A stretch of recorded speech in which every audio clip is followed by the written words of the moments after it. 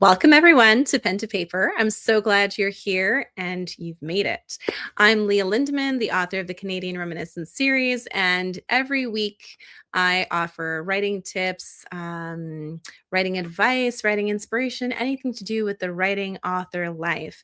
And today is actually a request from last week's topic that we talked about, which was writing community, how to find your writing community, why writing community is so important.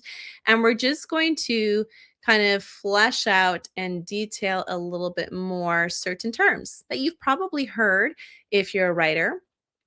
And maybe you might even be an author and you just haven't even used these people, or you've heard these terms and you're just not too sure what they do and why they're so important. So let's talk about it today. We're going to flesh out critique partners. We're going to look at alpha readers, and we're going to look at beta readers. So why are they important? Well, I'm going to share why they're important to me. These readers, I think I mentioned last week actually that I had this reel on Instagram where my pug had his head stuck in a goldfish bag, and he just thought it smelled so wonderful and he just wanted to stay there. And then when you take the bag out, it's like, oh, whoops, there's actually quite a few problems or mistakes in the material.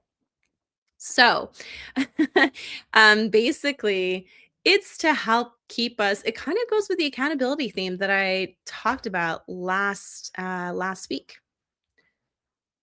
And oh, I've got an intruder here for a second. And anyways, all good now.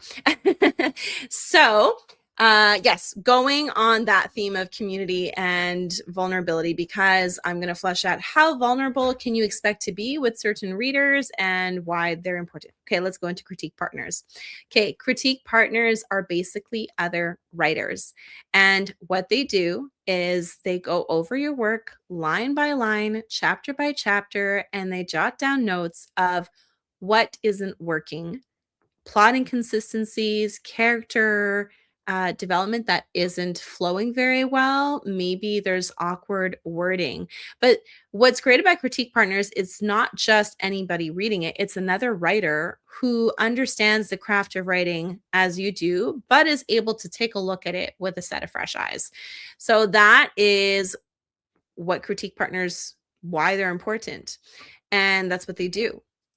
And why another reason why they're important is because overall, you help keep each other accountable so you can read their pieces and they can read your pieces. Usually it's kind of an exchange of sorts. So you give them your manuscript and they give you their manuscript.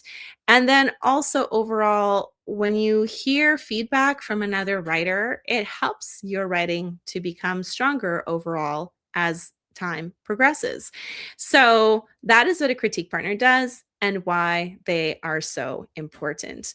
Where do you find critique partners? Well, last week I talked about writing community. So if you have a writers group, if you know other writers and you think that you would be willing or interested in reading what they have to write and they would feel the same about you, that's what you do. You swap your manuscripts and you critique each other.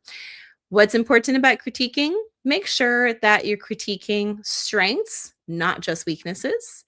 And you are giving very specific feedback, not, I don't think it's good. I just not feeling it. Well, why aren't you feeling it? You have to give specifics because this is overall a more technical fleshing out and realizing what's wrong with your manuscript. It's not just coming from a reader who maybe is a mood reader. This is not something that's supposed to be moody. It's supposed to be technical, which is going to amplify your writing and it's going to amplify their writing. So that's what a critique partner does. Now let's talk about alpha readers. Alpha readers, I think I mentioned last week as well about writing on platforms like Wattpad and other such sites where you kind of write chapter by chapter, almost like serialized fiction back in the Victorian times, where a chapter came out a week, or I don't know how often they did. I'd have to check that detail, but they either came out whenever the next issue of the magazine came out, that's when the next chapter of the book came out. And that's kind of what it is your alpha readers read as you are writing it. Now, you probably are thinking, I don't want anybody to look at my stuff because it's really bad. First drafts are always terrible. I get it. I would feel super vulnerable as well. If you don't like that idea so much, it's not a bad idea. You would just have to be willing to hear what's wrong with your work, especially when you're in the flow of writing it and you think it's like the best thing you've ever written and you have all these grand dreams about it. You got to be willing and kind of set your mindset that mm, not only are you going to see issues with it down the road, but other people are going to see issues with it. It helps you catch things sooner instead of wasting time thinking that this plot factor is going to work out for you, but really it doesn't. Alpha readers are just kind of good at catching those things early because they're like, well, that really wouldn't work in this genre. So maybe rethink this. That's what they do. They're kind of like the really, really big, overlooking this works, this doesn't work. Oh, I just realized I got some comments. Oh, hello. Nice to have you here with us. Um, so that's what alpha readers do. Now, what else did I want to say about alpha readers? Oh, yes. Okay. If you don't like the idea of them reading, your chapter by chapter, that's something sacred to you, like first draft, that's it. You can maybe write your first draft, do a very basic edit, and then give them the second draft. Or alpha readers could also be just readers, people that you bounce off your ideas off of. So basically, they're your sounding boards. If you're having issues with plot and you're trying to figure things out, well, talk to a bunch of writers, talk to a bunch of readers who just love gobbling up stories. And, if this is the genre that they enjoy and they're interested in what you have to say and they want to help you craft your story, well, then take the time to share your ideas and see which ones land, which ones don't land. That's another way you can do alpha readers too. But basically, you're not keeping your ideas to yourself. You're letting them out via communication or via your writing, actually writing out what you're going to, what your work is, and then they read it. So there's a variety of ways you can do it depending on how vulnerable you want to be. But I could see how, and I hope you can see how it is a very vulnerable state. But that is what alpha readers do. Next and last, we have beta readers. So beta readers come in definitely later on in the process. We usually have, your first draft, that's your alpha readers reading it. And then you have drafts in between where maybe you want another writer to read it, and that would be your critique partner, and you swap your manuscript, and it's more technical. Later comes in your beta readers. Usually I bring in my beta readers before the last edit or the last two edits. My last two edits are more technical itself. So, I'm doing line editing or I'm doing proofreading. That's beta readers can come in before that, and they give you that market reader reaction. So let's say you're writing a romance novel and you are looking for beta readers who love to read romance. Well, they can kind of give you a feel of whether this is a romance that people want to read about. And you can ask them, did the romance work for you? And if it didn't, why didn't it? Why didn't it? it. What are some factors that need to be reworked? And when you are asking beta readers to read your work, you need to be specific about what your expectations are. You're probably on a deadline, so let them know that you have a deadline. Let them know that, can you please read this book in a month and give me your feedback? Or, whatever your deadline is. And then tell them specifically what you want to know. Does this character do this enough? Is the romance appealing? The trope that I'm using, is it too vague, or is it, not vague, but yeah, is it too vague, or is it special enough for this story that it makes a story work? Right?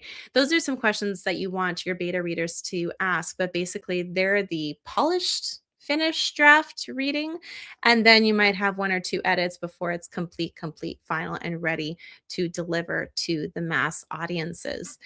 So I hope that defining critique partner, alpha reader, and beta reader was helpful to you. If you have any questions, you can always ask questions anytime that I'm doing my lives. This is why I decided to do my live training, because I thought, well, if ever there's a question on the spot that people want answered, then I can answer it.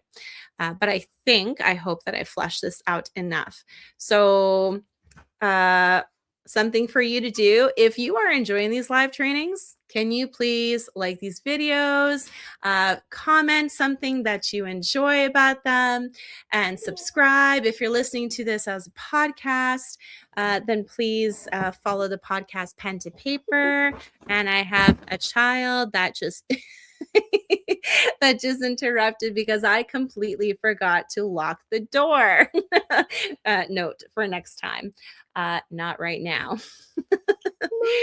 So, okay, give me 5 minutes, please.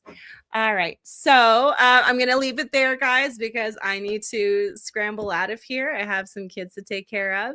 I hope that this has been helpful to you. And if you have a comment, why don't you comment down below? Maybe a fun story about an alpha reader, beta reader, or critique partner. And I know that I just had a couple beta readers read my last novella, and it was incredibly helpful. They both caught similar things that needed to be worked on. I always find it invaluable. And for alpha readers, I do myself a lot of soundboarding and talking with my writer about my stories, and critique partners. Well, I do have one writer friend where we do read each other's work a lot and love to share what we love about it and what needs work. So I'm going to let you guys go now, but I hope you have a great week and weekend. And you know what? Next time I come to you, I'm going to be coming to you from the sun and the beach. And you'll be, maybe that will bring a little bit of sun to you. So see you then.